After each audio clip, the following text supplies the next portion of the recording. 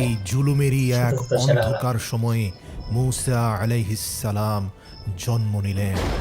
তার মা প্রতিটি মুহূর্ত ভয়ে কাটাতেন কখন অত্যাচারী ফেরাউনের সৈন্যরা এসে তার সন্তানকে হত্যা করে।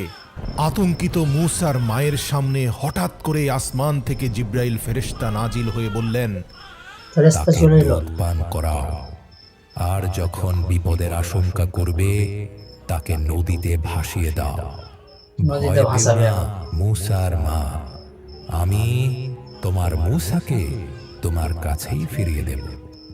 যদিও নিজ সন্তানকে আসমানি বাণী শুনে নদীতে ভাসিয়ে দেওয়া একজন মায়ের পক্ষে অত্যন্ত কঠিন এবং সাহসিকতার কাজ, কিন্তু মূসা আলাইহিসসালামের মা বুকে পাথর বেঁধে নীরবে তার সন্তানের জন্য একটা ভাসমান সিন্দুক তৈরি করলেন এবং আসমানি নির্দেশ অনুযায়ী নিজের বুকে পাথর বেঁধে সদ্যজাত শিশুকে নদীর বুকে ভাসিয়ে দিলেন। নদীতে ভাসিয়ে দিল এবার। নদীর পানি ছলছলিয়ে চলে যাচ্ছিল, মুসার ফেরাউনের মায়ের বুক স্ত্রীর ছেয়ে কাছে যাবে। যাচ্ছিল, আর মুসার ছোট্ট বোন নদীর পাড় বেয়ে দৌড়চ্ছিল, দেখতে চাইছিল তার ভাইকে বহনকারী ভাসমান সিন্দুক কোথায় গিয়ে পৌঁছে।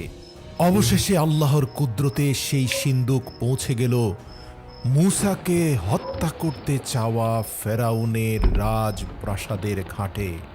ফেরাউনের স্ত্রী হযরত আসিয়া যখন সিন্দুকটি দেখতে পেলেন, তখন হযরত সেটি আয়েশা খুলতে বললেন। ছেলেটাকে লালন পালন সিন্দুক করবে। খোলার পর মূসার মায়াবী আমাদের মূসা চাহনি নবীকে। তার হৃদয়কে গলিয়ে দিল।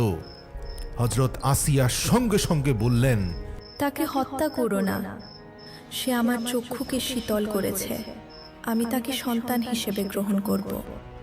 অতঃপর তিনি শিশুটিকে সরাসরি ফেরাউনের কাছে নিয়ে গেলেন। ফেরাউন বুঝতে পেরেছিলেন এই শিশু বনি ইসরাইল থেকেই এসেছে, কেননা বনি ইসরাইলের প্রত্যেক শিশুকে হত্যা করার নির্দেশ তিনিই দিয়েছিলেন। অথচ মূসার দিকে তাকিয়ে কি ভেবে অহংকারী ফেরাউন বলে উঠল, তো বানি ইসরায়েলে দেখতেই পেলেন যা ছেলে পেলে ছিল সবকে হত্যা করা হলো।